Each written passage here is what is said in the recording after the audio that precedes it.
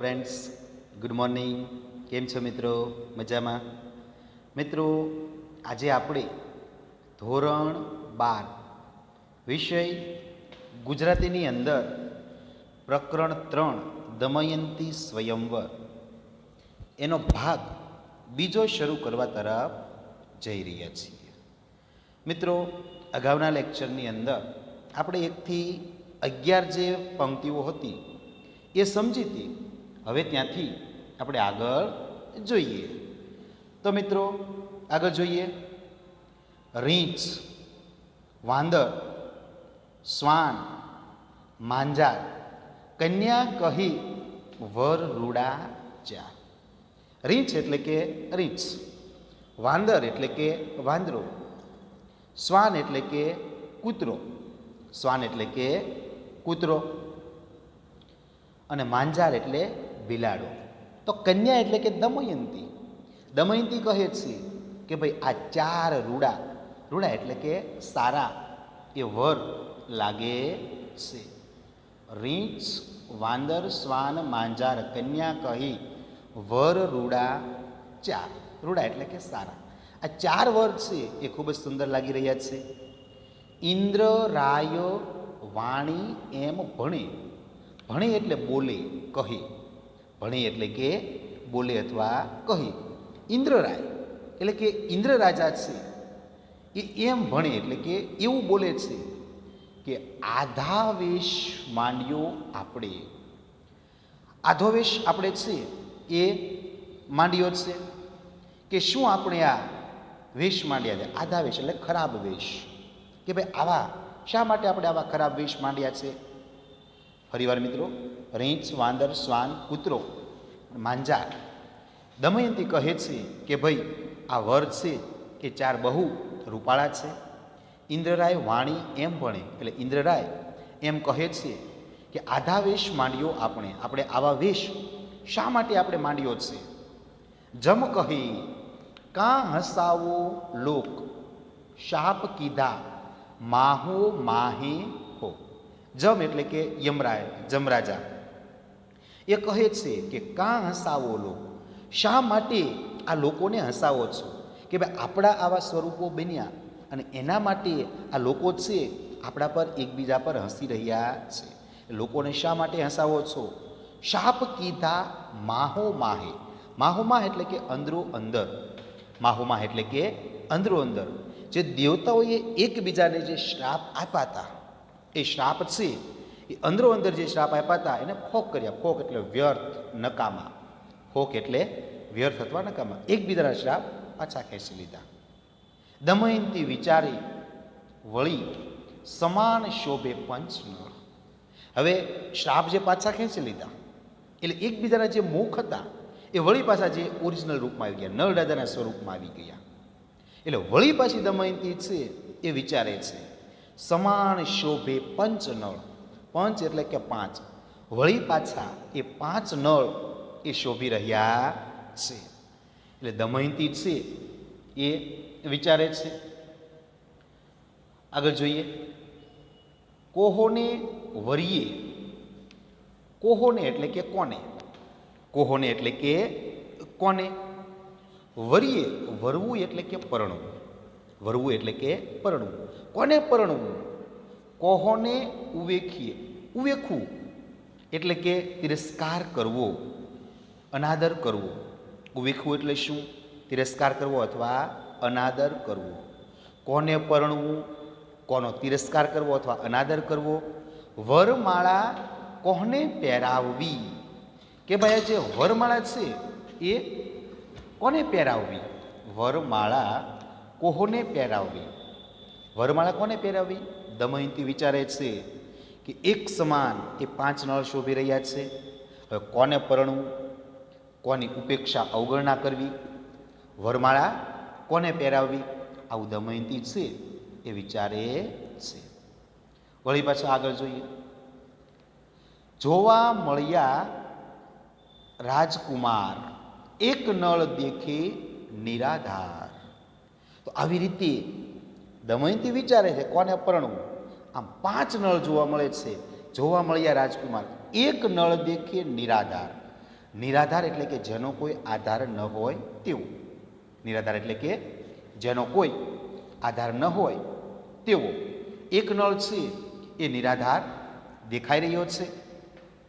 બુદ્ધિવાન નારી છે ઘણું. બુદ્ધિવાન એટલે બુદ્ધિશાળી, પ્રતિભાશાળી, તેજસ્વી. નારી એટલે સ્ત્રી.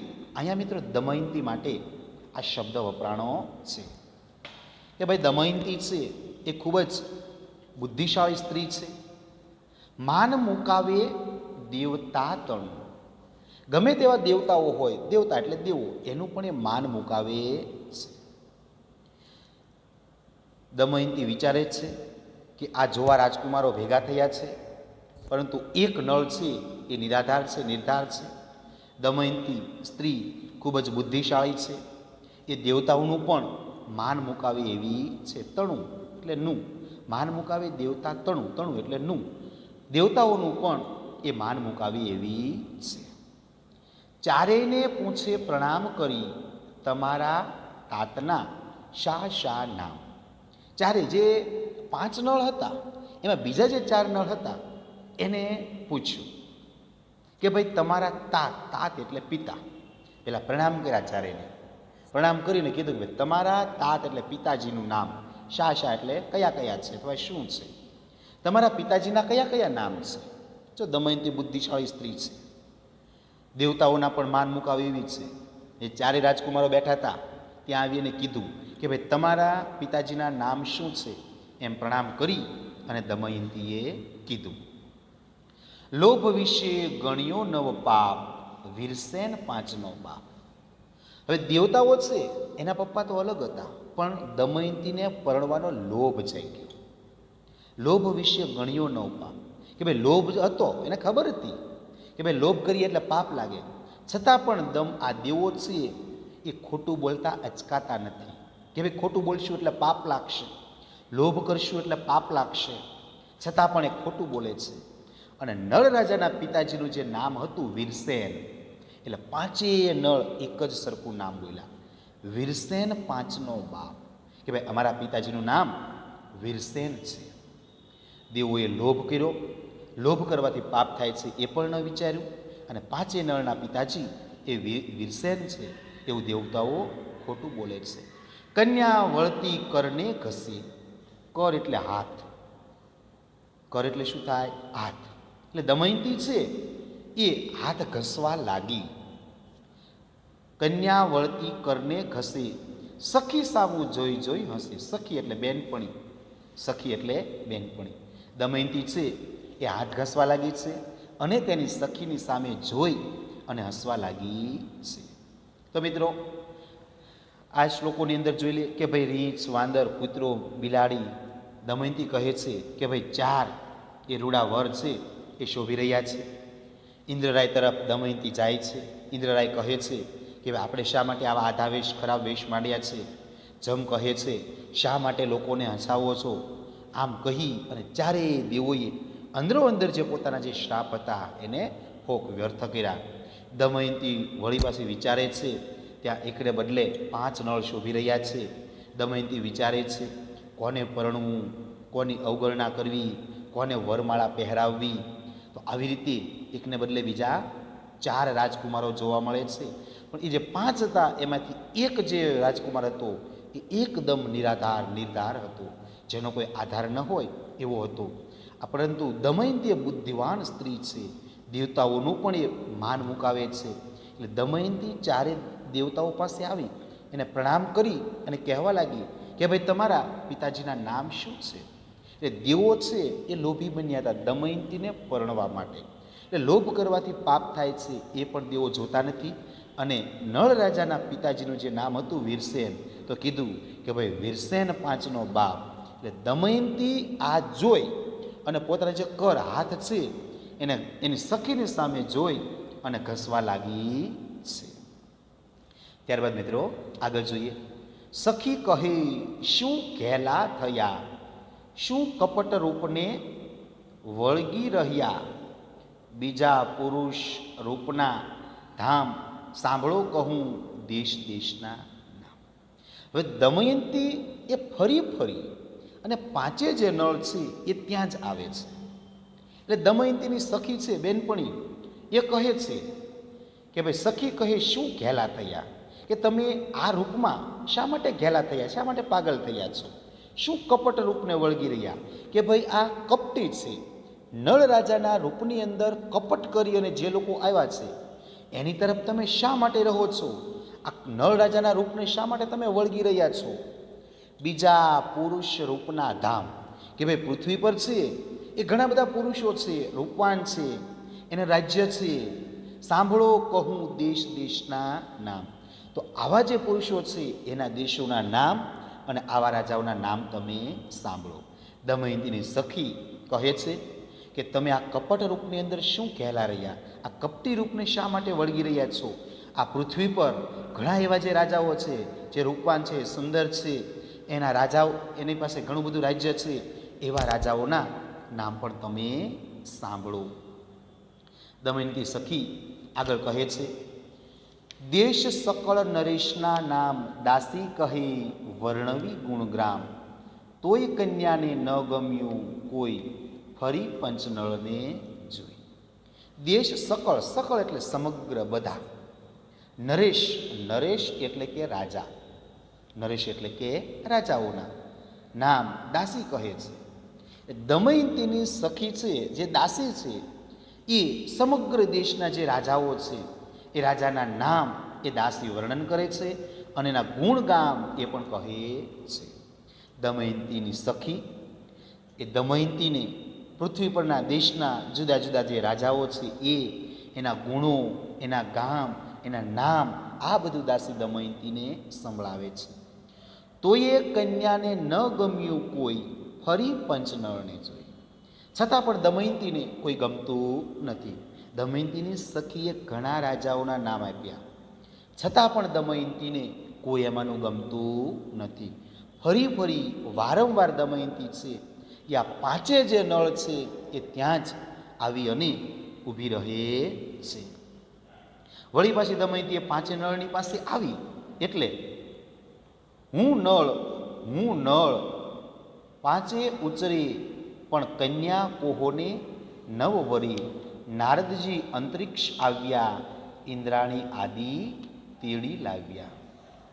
મિત્રો, દમયંતીને છે એની સખીએ ઘણા રાજાઓના નામ વર્ણવ્યા, પણ દમયંતીને આ નળ સિવાય એ કોઈ ગમતું નથી. એટલે ફરી દમયંતી પાછી એ પાંચે નળ પાસે આવીને ઊભી રહી. એટલે ઓલા જે બીજા જે દેવો હતા એ અંદરો અંદર બોલવા લાગ્યા, હું નળ, એમ પાંચે નળ ઉચરે એટલે બોલે છે, વિચારે છે કે ભાઈ હું નળ છું, એમ પાંચે નળ રાજા બોલે છે. હવે કન્યા વળી દમયંતી પાછી મૂંઝાણી, કોહોને નવ વરે, એટલે પાંચે નળ એક સાથે બોલે છે એટલે કોઈને પણ દમયંતી છે એ પરણતી નથી.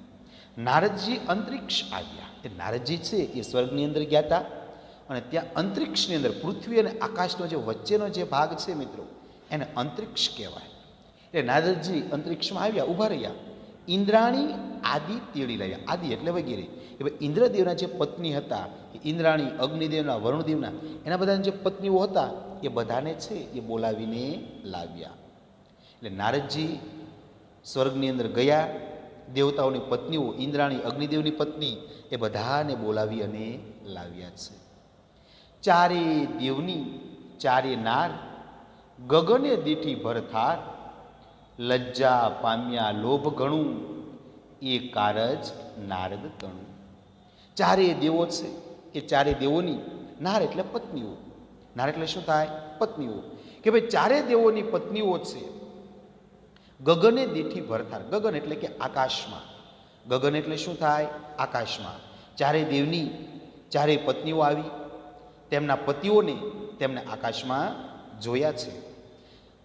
ચારે દેવોની પત્નીઓ આવી આકાશની અંદર ઊભી છે, આ દેવો પોતાની ચારે પત્નીઓને જુએ છે. લજ્જા પામી, લજ્જા એટલે કે શરમ, લજ્જા એટલે શું થાય? શરમ. દેવો છે એ હવે શરમાણા, લજ્જા પામ્યા. લજ્જા પામ્યા લોભ ઘણું, આ લોભ પામવા ગયા એટલે ખૂબ જ એ શરમ પામ્યા છે, લાલસાથી તેઓ શરમાઈ જાય છે. એ કારજ નારદતણું, કારજ એટલે કાર્ય, કારજ એટલે મિત્રો કે કાર્ય. તો આ બધું જે કાર્ય છે એ કોનું છે? તો કે નારદજી. આ બધું જ કરનાર છે એ નારદજી છે. કન્યાએ દીઠી દેવાંગનાઓ, દીઠી એટલે જોઈ, દીઠી એટલે જોઈ, દેવાંગનાઓ, દેવાંગના એટલે કે દેવોની પત્નીઓ, દેવીઓ, એમ જાણીને માંડ્યા વના, વના માંડ્યા, વના માંડ્યા એટલે કે આજીજી કરવી, પગે લાગવું. હવે કન્યા એટલે દમયંતી છે. આકાશની અંદર આ ચારેય દેવોની પત્નીઓ ઊભી હોય છે. એને જોઈ અને દેવી છે દમયંતી એ આજીજી કરવા લાગી, એને પ્રયત્ન કરવા લાગી, આ દેવીઓને વિનવવા માટે એ પ્રયત્ન કરવા લાગી. માંડ્યા વના એટલે મનાવવા માટે પ્રયત્ન કરવા. અમે અલ્પ જીવ કુરુ, અલ્પ એટલે ટૂંકા, નાના. દમયંતી કહે છે કે ભાઈ અમે તો નાના રૂપ કહેવાય, અમે નાના જીવ કહેવાય. તમે ભારેખમ ભૂપ, ભૂપ એટલે રાજા, ભૂપ એટલે રાજા, કે ભાઈ અમે છે એ કુરૂપ અલ્પ નાના જીવ કહેવાય અને તમે તો મોટા એવા આ જગતના રાજા છો. ભારેખમ ભવના ભૂપ એટલે જગતના મોટા રાજા. દમયંતી છે એ દેવીઓને એ આજીજી કરે છે, પ્રયત્ન કરે છે. નારદજી સ્વર્ગમાંથી દેવીઓને તેડીને લાવ્યા એટલે દમયંતી અને દેવો એની પત્નીઓને જોઈ ગયા. દમયંતી છે એ દેવીઓને પ્રયત્ન વિનવવા લાગી, રીઝવવા લાગી કે ભાઈ અમે તો અલ્પ નાના જીવ કહેવાય અને તમે આ જગતના એ મોટા છો, એ રાજા કહેવાઓ. આવી રીતે દમયંતી છે એ દેવીઓને અને દેવતાઓને વિનંતી કરવા લાગી, રીઝવવા લાગી. તમે અમને ભીમક રાજન, હું તમને પુત્રી સમાન. દમયંતી છે એ મિત્રો કહે છે કે ભાઈ તમે છે એ અમને ભીમક રાજન, એટલે દમયંતી છે એ દેવોને કહે છે. ભીમક એ દમયંતીના પપ્પાનું નામ હતું કે ભાઈ તમે તો મારા પિતા સમાન છો, હું તમને પુત્રી સમાન અને હે દેવો હું તો તમારી દીકરી સમાન કહેવાઉં. એવું કહી ભર્યા ચક્ષ, ચક્ષ એટલે આંખો, ચક્ષ એટલે આંખો, આંખોમાં આંસુ. આવી રીતે દમયંતી કહી અને આંખોની અંદર આંસુ લાવી છે. લાજ્યા દેવ, લાજ્યા એટલે હવે દેવતાઓ શરમાઈ ગયા. લાજ્યા દેવ એટલે કે શરમાયા છે. થયા પ્રત્યક્ષ, પ્રત્યક્ષ એટલે પ્રત્યક્ષ, સાક્ષાત, આપણે નજરોજર આંખે જોઈ શકીએ એમ. દમયંતી છે એ દેવોને જો પગે લાગે છે, વિજવે છે અને કહે છે કે તમે તો મારા પિતા ભીમક રાજા સમાન છો અને હું તો તમારી દીકરી સમાન છું. એમ કહી દમયંતીએ ભર્યા ચક્ષ એટલે આંખની અંદર આંસુ લાવે છે. હવે દેવો છે એ લાજ્યા, શરમાયા, કારણ કે એને પિતા કીધા એટલે પિતા તો પોતાની દીકરી સાથે લગ્ન ન જ કરે. એટલે દેવો શરમાયા અને પ્રત્યક્ષ સાક્ષાત્કાર એ થયા. ઇન્દ્ર, વરુણ, વહિની, જમરાય શોભ્યો મંડપ, જય જય થાય. નળને તે થયા તુષ્ટમાન, દેવ કહી માગો વરદાન. હવે દમયંતીએ દેવોની માફી માગી, આંખોમાં આંસુ લાવ્યા એટલે ઇન્દ્ર, વરુણદેવ, અગ્નિદેવ, વહિની એટલે અગ્નિ, વહિની એટલે અગ્નિ, અગ્નિદેવ, જમરાય, આ ચારેય દેવો પ્રત્યક્ષ થયા અને એના કારણે જે સ્વયંવર જે હતો, એ જે મંડપ હતો, એ મંડપ છે એ શોભવા લાગ્યો. એ મંડપ છે એ શોભે ઉઠે છે અને નળને તે થયા તુષ્ટમાં, તુષ્ટમાં એટલે સંતુષ્ટ, પ્રસન્ન. હવે આજે ચારે દેવો હતા એને જો નળ રાજાની પરીક્ષા કરી હતી અને એ પરીક્ષાની અંદર એ નળ રાજા પાસ થયા હતા. એટલે નળને થયા તુષ્ટમાં, નળ રાજા પર પ્રસન્ન થાય છે અને નળ રાજાને એ દેવો વરદાન માગવાનું કહે છે. ઇન્દ્ર, વરુણ, અગ્નિ, જમરાજ આ ચારેય દેવોથી મંડપ શોભે છે. નળ રાજાને પ્રસન્ન થાય છે અને નળ રાજાને એ વરદાન માગવા માટેનું કહે છે. ત્યારબાદ મિત્રો આગળ જોઈએ. બે બે વર પામ્યો, બે બે વર પામે, બે બે વર આપે સુરરાજ, સહેજે નળનું સરયું કાજ, કમળમાળ આપી સુરરાય, લક્ષ વર્ષ નવ સુકાય. હવે આ જે દેવો હતા એ દરેક દેવોએ એ નળ રાજાને બે બે એ વરદાન આપે છે. સુરરાજ એટલે ઇન્દ્ર રાજા, સ્વર્ગના રાજા. સુરરાજ એટલે ઇન્દ્ર, સ્વર્ગના રાજા. સુરરાય બે બે વરદાન આપે. એટલે ઇન્દ્રદેવ છે એ નળ રાજાને બે વરદાન આપે છે. સહેજે નળનું સરયું કામ, અને આવી રીતે એ નળ રાજાનું કામ છે એ સહજ સરળ થઈ જાય છે. ઇન્દ્રદેવે નળ રાજાને કયું વરદાન આપ્યું? એટલે પહેલું વરદાન કે ભાઈ કમળ માળ આપી સુરરાય, કમળની માળા આપી. લક્ષ વર્ષ સુધી ન સુકાય. લક્ષ એટલે લાખ. 1,00,000 વર્ષ સુધી આ કમળની માળા એ સુકાશે નહીં. એવી તાજી ને તાજી જ એ 1,00,000 વર્ષ સુધી રહે છે. ઇન્દ્રદેવે પહેલું વરદાન આપ્યું કે ભાઈ કમળની માળા આપી, અને આ કમળની માળા છે એ 1,00,000 વર્ષ સુધી એ ક્યારેય પણ એ સુકાશે નહીં. બીજું વરદાન અશ્વ મંત્ર આપ્યો રાજન. અશ્વ એટલે ઘોડો. એક ઘોડાનો મંત્ર આપ્યો, અશ્વ મંત્ર આપ્યો. દિન એક હિંડી શત જોજન. જોજન એટલે કે 8 કિલોમીટરનું અંતર. જોજન એટલે આશરે 8 કિલોમીટર જેટલું અંતર. એક વરદાન આપ્યું પહેલું, કમળની માળા આપી, 1,00,000 વર્ષ સુધી સુકાશે નહીં. બીજું આપ્યું અશ્વ મંત્ર, ઘોડાનો મંત્ર, કે ભાઈ અશ્વ મંત્ર આપ્યો કે એ ઘોડાના કાનની અંદર બોલશે. દિન એક એટલે કે એક દિવસની અંદર, હિંડી એટલે ચાલે, હિંડી એટલે ચાલે, એક દિવસની અંદર શત યોજન, એક યોજન એટલે 8 અને શત એટલે 100, એટલે 800 કિલોમીટર જેટલું અંતર. એટલે એક દિવસની અંદર આ ઘોડો છે એ 800 કિલોમીટર જેટલું અંતર કાપી શકશે. સૌ પ્રથમ ઇન્દ્રએ વરદાન આપ્યું, કમળની માળા આપી, જે 1,00,000 વર્ષ સુધી સુકાશે નહીં. બીજું વરદાન આપ્યું, અશ્વમંત્ર આપ્યો કે જેની અંદર એક દિવસની અંદર એ શત યોજન એટલે કે 100 યોજન સુધી, એટલે કે આશરે 800 કિલોમીટરના અંતર સુધી એક દિવસની અંદર આ ઘોડો છે એ અંતર કાપી શકશે. તો આ ઇન્દ્રદેવે આપેલું વરદાન.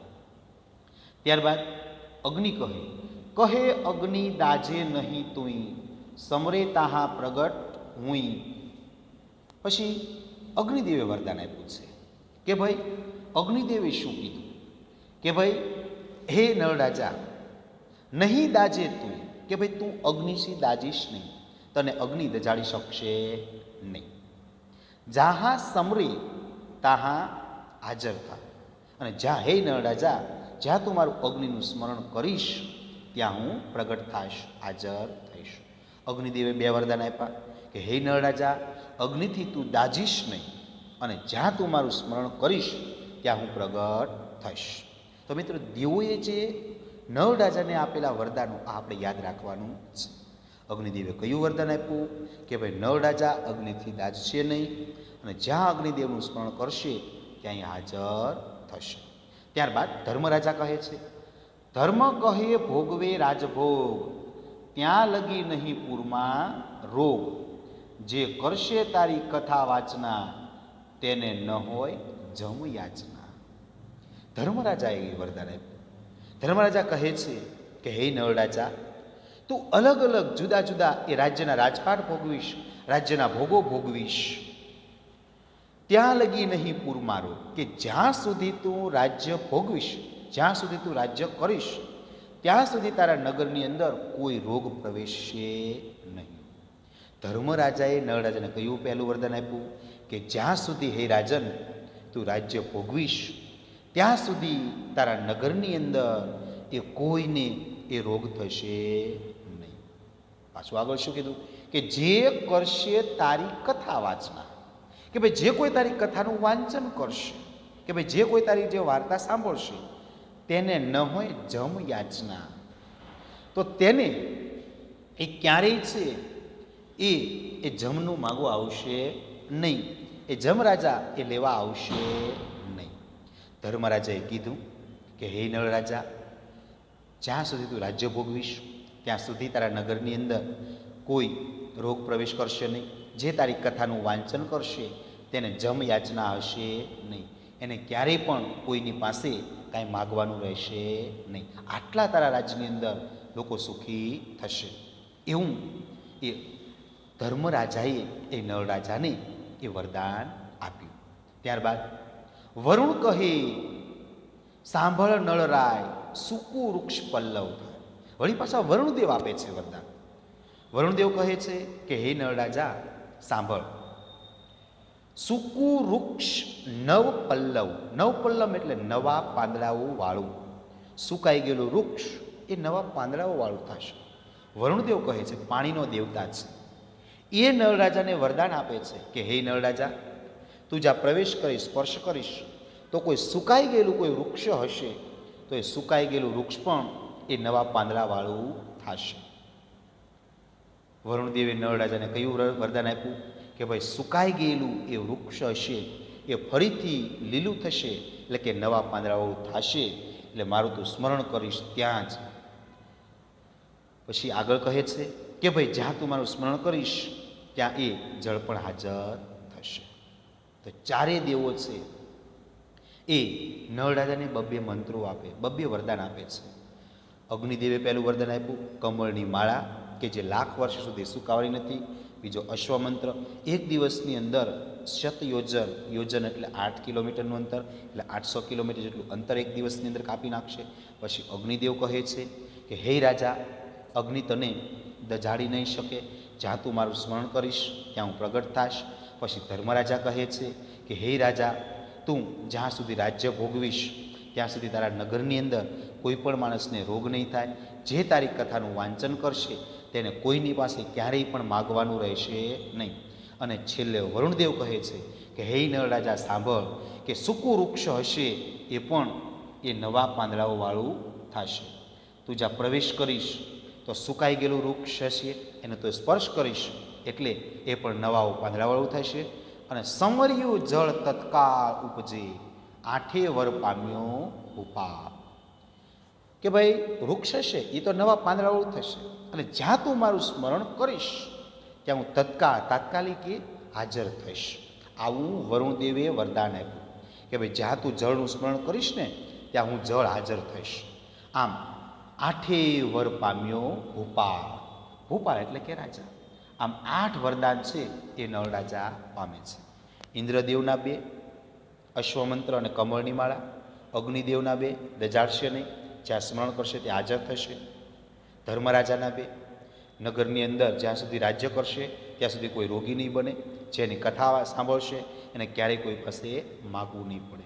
ત્યારબાદ વરુણદેવના, સુકાઈ ગયેલું વૃક્ષ નવા પાંદડાવાળું થશે, અને નળરાજા જે જળનું સ્મરણ કરશે એ તાત્કાલિક એ જળ હાજર થશે. વરુણદેવ આમ આવી રીતે એ નળરાજા એ 8 વરદાન પામે છે. ત્યારબાદ પછી એ દમયંતીને આપ્યો વર, અમૃત સ્ત્રવ્યા અજોતારા કર. પછી દેવતાઓએ ભેગા થઈ અને બધા દેવાઓએ ભેગા થઈ દમયંતીને એક વરદાન આપ્યું, અમૃત સ્ત્રવ્યા હજોતારા હાથ. અમૃત સ્ત્રવ્યા એટલે હાથની અંદર અમૃત, કે ભાઈ કોઈ મરી ગયેલી કોઈ વ્યક્તિ હોય તો એને દમયંતી હાથની અંદર લે એટલે વ્યક્તિ સજીવનથી રહે. એટલે દમયંતીના જમણા હાથની અંદર બધાએ દેવોએ સજીવન મંત્ર મેક્યો. બધાએ દેવોએ ભેગા થઈ દમયંતીના જમણા હાથની અંદર સજીવન મંત્ર આપે છે. તો આવી રીતે નળરાજાને 8 વરદાન આપ્યા અને દમયંતીના અમૃત સ્ત્રવ્ય હાથ કર્યા, એટલે મરેલાને જીવતું કરવાની શક્તિવાળા છે એ દેવોએ દમયંતીના હાથ બનાવ્યા. તો આવી રીતે એ દમયંતી છે એ દમયંતી અને નળરાજા એ બંને એ દેવોના વરદાન પામે છે. સર્વે સ્તુતિ કીધી દેવતા તણી, વિમાને બેસી ગયા સ્વર્ગ ભણી. હવે આવી રીતે બધાએ પછી દેવતાઓની સ્તુતિ કરી, દેવતાના ગુણગાન ગાયા, વખાણ કર્યા, અને દેવો છે એ વિમાનમાં બેસી એ સ્વર્ગ ભણી એટલે સ્વર્ગ તરફ એ જતા રહ્યા છે. દમયંતી હરખી તત્કાળ, નળને કંઠે આરોપીમાં. હવે દેવતાઓ જતા રહ્યા એટલે માત્ર એક જ નળ બચ્યો. હવે દમયંતીનું જે મુશ્કેલ કાર્ય હતું એ સરળ બની ગયું. એટલે દમયંતી તરત જ હર્ષી આનંદ પામી ગઈ અને નળ રાજાના કંઠે ગળામાં એ વરમાળા પહેરાવે છે. આમ દમયંતીને નળ રાજાના લગ્ન થાય છે. સાધુ રાજા સર્વે રહ્યા, અદેખવા ઉઠીને ગયા. જે સાધુ હતા, જે સારા લોકો હતા એ ત્યાં બેસે છે દમયંતીના સ્વયંવરની અંદર, અને જે અદેખવા, જે ઈર્ષાળુ હતા, જે નળ દમયંતીના લગ્ન જોઈ ન શક્યા, એ બધા લોકો ત્યાંથી ઉઠી અને જતા રહે છે. વર કન્યા પરણ્યા રીત કરી, ભીમકે પહેરામણી ભલી કરી. હવે વર કન્યા એટલે દમયંતી અને નળ રાજા એ યોગ્ય વિધિપૂર્વક લગ્ન કરે છે અને ભીમક રાજાએ પહેરામણી કરી. પહેરામણી એટલે કે કન્યા પક્ષ તરફથી વરને અપાતી બક્ષિસ, આપણે જે આણું આપે છે, બધી જે ભેટ આપે છે, સોગાત આપે છે, કન્યાને એના પિતાજી ભેટ આપે એને પહેરામણી કહેવાય. એટલે નળ દમયંતી પરણી ગયા છે, ભીમક રાજાએ આ બધી યોગ્ય ભેટો આપી, એટલે ભીમકે પહેરામણી ભલી એટલે ખૂબ સારી એ કરી છે. એટલે નળ રાજાની પણ ખૂબ સેવા કરે છે. ભીમક રાજા તેને સરસ મજાની પહેરામણી ભેટ સોગાદો આપે છે. લાડકોડ પહોંચ્યા આપણા નળની વાના કીધા ઘણા. ભીમક રાજા એ દીકરીને ખૂબ વહાલ કરે છે અને નળ રાજાની પણ ખૂબ સેવા કરે છે. લાડકોડ પહોંચ્યા આપણા, ભીમક રાજા કહે છે કે ભાઈ આપણે દીકરીને જે લાડકોડ કર્યા એટલે દીકરીને ખૂબ વહાલ કરે છે અને નળને વાના કીધા. નળ રાજાને એ ઘણી બધી ભલામણો કરે છે. નળ દમયંતી બંને જાય વોળાવી વળ્યા ભીમક રાજ. આવી રીતે નળ દમયંતીના લગ્ન થયા છે. ભીમક રાજા નળ દમયંતીને પાદર સુધી વળાવી અને પાછા ફરે છે. ગાજતે વાજતે નળરા વળ્યા એવે કળયુગ દ્વાપર સામા મળ્યા. હવે વાજતે ગાજતે નળ રાજા દમયંતીને પરણી અને આવે છે. તો આવા સમયે એ કળયુગ અને દ્વાપર એ નળ રાજાને સામા મળે છે. કારણ વરવા વૈદર્ભી નારદે મોકલ્યા, આવે ઉતાવળા શ્વાસે અલ્યા પલ્યા. હવે નારદજી છે એ વળી પાછા કળયુગ અને દ્વાપરની પાસે પાછા ગયેલા અને એને ત્યાં જઈને કીધેલું કળયુગને દ્વાપરને કે ભાઈ દમયંતી છે એ તમને પરણવા માગે છે એટલે ઝડપથી તમે જાઓ. એટલે નળ દમયંતીનો સ્વયંવર તો થઈ ગયો, વાસ્તે ગાસ્તે પરણીને પાછા તો આવતા હતા, પણ એવા સમયે કળયુગ અને દ્વાપર ઝડપથી આવતા હતા ત્યારે નળ અને દમયંતી પરણીને સામા મળ્યા. કળયુગ અને દ્વાપર એ દમયંતીને પરણવા માટે વરવા વૈદર્ભી નારદ, વૈદર્ભી એટલે કે વિદર્ભ દેશની રાજકુમારી દમયંતી, વૈદર્ભી એટલે વિદર્ભ દેશની રાજકુમારી દમયંતીને એ પરણવા માટે એ ઉતાવળા ઉતાવળા શ્વાસમાં હાંફતા હાંફતા એ ઝડપથી આવે છે. હવે કળયુગ અને દ્વાપર, કળયુગનું મિત્રો અહીંયા વર્ણન છે. બેઠો મહિષ ઉપર કળિકાળ, કંઠે મનુષ્યના શીશની માળ, કર્મા કાતું લોહ શણગાર, શીશ સઘળી ધીકે અંગાર, જય વરુ દમયંતી રૂપનિદાન, જુએ તો મળી સામી જાન, કન્યાએ વર જાણ્યો વર્યો, કલી ક્રોધે પાછો ફર્યો. જોઈએ મિત્રો કળયુગનું વર્ણન કેવું છે. બેઠો મહિષ, મહિષ એટલે પાડો, મહિષ એટલે શું થાય? પાડો. કળયુગ છે એ મહિષ ઉપર બેઠો છે, પાડા પર બેઠો છે. કંઠે એટલે ગળામાં, કંઠે એટલે ગળામાં, મનુષ્યના શીશ, શીશ એટલે મસ્તકની ખોપરીઓની માળા, કળયુગ પાડા પર બેઠો છે. ગળાની અંદર મનુષ્યના ખોપરીઓની માળા પહેરી છે. કરમાં, કર એટલે હાથ, કર એટલે શું થાય? હાથ. કાતું એટલે લોખંડની તલવાર, કાતું એટલે તલવાર, લોહ શણગાર, લોહ એટલે લોખંડની, હાથની અંદર એ લોખંડની તલવાર શોભી રહી છે, હાથની અંદર લોખંડની તલવાર શોભી રહી છે. શીશ એટલે મસ્તક, શીશ એટલે મસ્તક, સઘળી ધીકે અંગાર, એ કળયુગનું જે મસ્તક છે એ મસ્તક છે એ સગડી જેમ તપતી અંગારા જેમ દેતો જેમ સળગતા હોય ને એમ કળયુગનું માથું છે એ સળગી રહ્યું છે. કળયુગ પાડા ઉપર બેઠો છે, તેને ગળામાં મનુષ્યના માથાની માળા પહેરી છે. કળયુગના હાથમાં એ લોખંડનો શણગાર છે અને માથે અંગારાથી દીકતી સગડી મૂકી છે. જય વરુ રૂપની દાન, કળયુગને થાય છે કે ઝડપથી જાઓ અને રૂપરૂપનો જે અંબાર છે એ રૂપાળી દમયંતી સાથે લગ્ન કરું, જુએ તો સામી મળી જાય. કળયુગામ વિચને સામો જતો તો જુએ તો નળ અને દમયંતીને જાન છે એ પરણી અને સામી મળે છે. કન્યાએ વર જાણ્યો, કલી ક્રોધે પાછો કર્યો. કળયુગે જાણ્યું કે ભાઈ કન્યા દમયંતી છે એ નળ રાજાને એ સાથે લગ્ન કરી લીધા છે, તો કળયુગ ક્રોધે ભરાય અને પાછો ફરે છે. મિત્રો કળયુગનું વર્ણન હતું. કાડા પર બેઠો છે, ગળામાં મનુષ્યની શીશને મસ્તકની ખોપરીઓની માળા પહેરી છે, હાથની અંદર તલવારનું કાતું શોભી રહ્યું છે, એનું મસ્તક છે એ અંગાર દેતવા જેમ સળગતા એવી રીતે સળગી રહ્યું છે, મનમાં વિચાર છે કે ઝડપથી જાઓ, રૂપાળી જે દમયંતી છે તેની સાથે લગ્ન કરવું. પણ જેવો કળિયુગ જતો તો સામી નળ અને દમયંતી પરણી અને સામા મળ્યા. આ જોઈ કળિયુગ ક્રોધે ભરાય અને પાછો ફરે છે. ત્યારબાદ મિત્રો આગળ જોઈએ. જો નળે હું પરણવા દીધો નહીં તો આજથી લાગુ પૂઠે. પૂઠે એટલે પાછળ થઈ. નળ રાજા આવ્યો પૂર વિશે, કર રાજ્ય નારીશું સુખે. ભોગવે ભોગ નાનાવિધ પીર, સ્વર્ગનું સુખ પામે ઘેર. પ્રભુ પત્નીનો વધ્યો પ્રેમ, સાચવે તે બહુ સત્યને નેમ. ચારી વર્ણ પાળે કુલ ધર્મ, ચાલે યજ્ઞ આદિનું કર્મ. તેણે કલજુગનું ચાલે નહીં, હિંડે છીંડી જોતો જહીં તહીં. નગર પૂંઠે બહુ ખાય પણ સત્ય આગળ પ્રવેશ ન થાય. સહસ્ત્ર વર્ષ વહી ગયા, દમયંતીને 2 બાળક થયા. હવે દમયંતી છે એ પરણી અને રાજ્યની અંદર આવે છે. નળ રાજ્ય આવ્યો પૂર વિશે. પૂર એટલે નગર. પૂર એટલે શું થાય? નગર. નળ રાજા છે એ દમયંતીને પરણી અને પોતાના નગરની અંદર આવ્યો છે. રાજ્ય નારીશું સુખે. નળ રાજા એ નગરમાં આવે છે અને પોતાની પત્ની સાથે એ જુદા જુદા રાજ્યના સુખ ભોગવે છે. કર રાજ્ય નારીશું સુખે એટલે કે એ પોતાની પત્ની સાથે, દમયંતી સાથે એ રાજ્યમાં સુખેથી હોય છે, સુખ ભોગવે છે.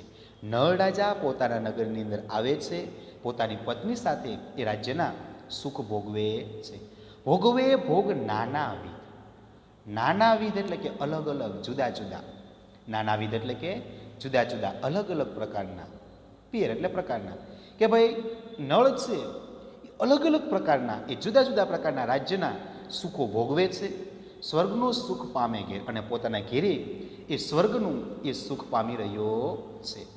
નળ દમયંતી જુદા જુદા ભોગો ભોગવે છે, સુખના ભોગો ભોગવે છે અને પોતાના ઘેરે એ સ્વર્ગનું સુખ પામે છે. પ્રભુ પત્નીને વધ્યો પ્રેમ, સાચવે બહુ સત્ય અને નેમ. પ્રભુ પત્ની એટલે કે નળ અને દમયંતી બંનેને, એ બંને વચ્ચે ખૂબ પ્રેમ વધ્યો છે. સાચવે સત્ય અને નેમ. નળ રાજા ઈશ્વર અને પત્ની પ્રત્યે ખૂબ પ્રેમ રાખે છે. પ્રભુ પત્ની વધ્યો પ્રેમ એટલે નળ રાજા છે એ દમયંતી પ્રત્યે પણ પ્રેમ રાખે છે અને પ્રભુ ઈશ્વર પ્રત્યે પણ ખૂબ જ પ્રેમ રાખે છે. બહુ સત્ય અને નેમ. સત્ય અને નેમ. નેમ એટલે ટેક. નેમ એટલે શું થાય? ટેક. કે ભાઈ સત્ય અને ટેક ખૂબ જ સાચવે છે. નળ રાજા પોતાની પત્ની પ્રત્યે પણ પ્રેમ રાખે છે અને ઈશ્વર પ્રત્યે પણ પ્રેમ રાખે છે. પોતાના જીવનની અંદર સત્યનું પાલન કરે છે અને એ સત્યની ટેક પણ રાખે છે. ચારેય વર્ણો પાળે છે. એ ચારેય વર્ણના કુલ ધર્મનું પાલન કરે છે. બ્રાહ્મણ, ક્ષત્રિય, વૈશ્ય, શૂદ્ર અથવા ધર્મ, અર્થ, કામ અને મોક્ષ, આ ચારેય કુળ ધર્મો છે પાળે છે. ચાલે યજ્ઞ આદિકનું કર્મ અને પોતાના રાજ્યની અંદર એ યજ્ઞ આદિ એ કાર્ય કરી રહ્યો છે. તેણે કળજુગનું ચાલે નહીં. તો નળ રાજા છે એ ખૂબ જ સત્યનું કામ કરી રહ્યો છે, સત્યનું પાલન કરે છે, ઈશ્વર પ્રત્યે પ્રેમ રાખે છે. તો આવા સમયે એ કળિયુગનું કાંઈ એ ચાલતું નથી. કારણ કે કળિયુગ છે, જ્યાં ખોટું હોય ને ત્યાં કળિયુગનું ચાલે. સત્યની આગળ કળિયુગનું કાંઈ ચાલે નહીં. એટલે કળિયુગનું અહીંયા કાંઈ ચાલતું નથી. હિંડે છીંડી જોતો જહીં તહીં. કળિયુગ છે એ નળ રાજાના નગરની અંદર પ્રવેશ કરવા માટે, એ નગરની બહાર બહાર ફરે છે. એ નગરની અંદર પ્રવેશ કરવા માટે ક્યાંક છીંડું ગોતે છે કે ભાઈ ક્યાંક રસ્તો એ શોધી રહ્યો છે. લાગ શોધતો, કળિયુગનું જોર ચાલતું નથી. એ નગરની અંદર પ્રવેશ કરવા માટે એ જ્યાં ત્યાં ચાલે છે. હિંડે એટલે કે ચાલે. નગર પૂંઠે ફેરા બહુ ખાય અને નગરની પાછળ પાછળ એ ફરી રહ્યો છે. પણ સત્ય આગળ પ્રવેશ ન થાય. પણ કળિયુગ એ આ સત્યની આગળ એ નળ રાજાના રાજ દરબારની અંદર એ પ્રવેશ કરી શકતો નથી. હવે સહસ્ત્ર. સહસ્ત્ર એટલે 1000. સહસ્ત્ર એટલે કે હજારો. સહસ્ત્ર વર્ષ વહી ગયા, દમયંતીને 2 બાળક થયા. આમ ઘણો સમય વીતી ગયો, હજારો વર્ષો વીતી ગયા અને દમયંતીને ત્યાં 2 બાળકો થયા. તો મિત્રો જોઈએ કે ભાઈ દમયંતી પરણી અને નળ રાજાની સાથે જાય છે. કળિયુગ અને દ્વાપર બંને આવે છે. કળિયુગને ગમતું નથી કે ભાઈ કળિયુગ આવે એ પહેલાં દમયંતીના લગ્ન થઈ ગયા અને નળ રાજા સાથે જતી રહી. એટલે કળિયુગ એ ક્રોધે ભરાય છે. દમયંતીનું દાંપત્ય જીવન સુખી ન થાય એ માટેના પ્રયત્નો કરે છે. રાજ્યની અંદર પ્રવેશ કરવા પ્રયત્ન કરે છે, પણ એ સત્યને આગળ કળિયુગનું કાંઈ ચાલતું નથી અને એ ત્યાં પ્રવેશ કરી શકતો નથી. આમ હજારો વર્ષો વીતી જાય છે અને હવે દમયંતીને ત્યાં 2 બાળકોનો જન્મ થાય છે. જુગ્મ બાલક સંગાથે પ્રસવ્યા. જુગ્મ એટલે જોડિયા. જુગ્મ એટલે કેવા? જોડિયા બાળકો. સંગાથે એટલે સાથે. સંગાથે એટલે સાથે. અને પ્રસવ્યા એટલે જન્મે છે. દમયંતીને ત્યાં 2 જોડિયા બાળકોનો જન્મ થાય છે. જુગ્મ બાલક સંગાથે પ્રસવ્યા. દમયંતીને ત્યાં 2 જોડિયા બાળકોનો જન્મ થાય છે. પુત્ર પુત્ર રૂપે અભિનવા. અભિનવા એટલે કે નવા જન્મેલા. અભિનવા એટલે કે નવા જન્મેલા પુત્ર અને પુત્રી. અભિનવ એટલે નવા પુત્ર અને પુત્રી રૂપે છે. એક પુત્ર છે અને બીજી પુત્રી છે. દમયંતીને એક સાથે 2 બાળકોનો જન્મ થાય છે. એક પુત્ર છે અને એક દીકરી. આમ નવા એ બાળકો જન્મે છે. નળ દમયંતી હરખે ઘણું. પોતાને ત્યાં દીકરાને દીકરીનો જન્મ થયો એટલે નળ દમયંતી હરખે ખૂબ જ આનંદ થયા, પ્રસન્ન થયા. કોઈ પણ મા બાપ હોય, પોતાને ત્યાં બાળકોનો જન્મ થાય એટલે એ આનંદિત તો થાય જ. એટલે અહીંયા નળ અને દમયંતી એ બંને પણ ખૂબ જ હરખે છે, ખૂબ જ એ પ્રસન્ન થાય છે, ખૂબ આનંદ થાય છે. બાળક વડે શોભતું આંગણું. આ બંને પુત્ર અને પુત્રી છે, નળ દમયંતીના બંને બાળકો નાના નાના છે. એ નાના નાના બાળકો આંગણામાં રમે છે, તો એ બાળકો વડે આ આંગણું છે એ શોભી રહ્યું છે. હજારો વર્ષો વીતે છે. નળ દમયંતીને ત્યાં 2 જોડિયા બાળકો સાથે જન્મે છે. એક દીકરો છે, એક દીકરી છે. નળ અને દમયંતી ખૂબ જ આનંદિત થાય છે અને આ બંને બાળકો વડે એ નળ રાજાનું આંગણું ખૂબ જ શોભી રહ્યું છે. એક દિવસ નળ ભૂપાળ. ભૂપાળ એટલે કે રાજા. ભૂપાળ એટલે કે રાજા. એક દિવસે એ નળ રાજા મંગાવ્યું જળ થયો સંધ્યાકાળ. સંધ્યાકાળ એટલે કે દિવસ આથમે અને ઉગે એ સમય અને મિત્રો સંધ્યાકાળ કહેવાય કે ભાઈ રાત્રિ થવાની હતી. એક દિવસ નળ રાજાએ જળ એટલે પાણી મગાવ્યું કે જ્યારે સંધ્યાકાળનો સમય થયો એટલે પાણી મગાવે. આપણે પણ મિત્રો જ્યારે ભગવાનને જે પૂજાપાઠ કરીએ ત્યારે જો હાથ પગ અથવા સ્નાન કરી અને પછી ભગવાનની પૂજા વિધિ કરીએ, એમ અહીંયા પણ નળ રાજા છે એ સંધ્યાકાળ થયો એટલે એ પોતાના હાથ પગ ધોવા માટે જળ પાણી મગાવે છે. રહી પાણી કોરી ધોતા પાગ. પાગ એટલે કે પગ. નળ રાજા પોતાના પગ ધોવે છે, પણ જેવા એ પગ ધોવે છે તો એના એક પગની જે પાણી છે એ થોડી કોરી રહી જાય છે. કલિયુગ પામ્યો પેઠાનો લાગ. પેઠો એટલે પ્રવેશ કરવાનો. હવે નળ રાજા પગ ધોવે છે પણ એના પગની એક પાણી છે એ થોડી કોરી રહી ગઈ એટલે અપવિત્ર હતી. અને કળિયુગ, હવે કળિયુગને નળ રાજાના શરીરની અંદર એ પ્રવેશ કરવાનો લાગ, સમય, એ મોકો મળી ગયો છે. એક દિવસની વાત છે. એટલે નળ રાજા બહાર શિકાર કરવા ગયેલા. સંધ્યાકાળ થયો. પગ ધોવા માટે જળ મગાવે છે, પગ ધોવે છે તો નળ રાજાના પગની પાણી છે થોડી કોરી રહી જાય છે અને ત્યાંથી એ કળિયુગ એ નળ રાજાના શરીરની અંદર એ પ્રવેશ કરે છે. સંધ્યા વંદન કીધું રાજન. સંધ્યા વંદન કે ભાઈ સંધ્યાકાળનું જે સમયે જે વંદન કરવામાં આવે એ પૂજાવિધિ કરી પ્રવેશ કલીનો તેહે સ્થાન. અને ત્યાર પછી કળિયુગ છે એ નળ રાજાના શરીરની અંદર પ્રવેશ કરે છે અને અહીંથી કળિયુગનો નળના શરીરની અંદર પ્રવેશ થાય છે. રાજાએ સંધ્યાવંદન કરે છે અને એ જ સ્થાને કળિયુગનો પ્રવેશ થાય છે. ત્યમ સેજવા સૂતો ભૂપાલ. સેજ્યા એટલે પથારી. સેજ્યા એટલે કે પથારી. ભૂપાલ એટલે કે રાજા, નળ રાજા. હવે રાજાએ સંધ્યાવંદન કીધું છે અને નળ પોતાની શૈયામાં, સેજવા એટલે પથારીમાં, સૂતો એટલે કે સૂવે છે. સંધ્યાવંદન કરી અને નળ રાજા પોતાની પથારીમાં સૂવે છે. સર્વાંગે વ્યાપ્યો કલિકા. નળ રાજાના સર્વાંગે એટલે બધા જ શરીરના અંગોમાં.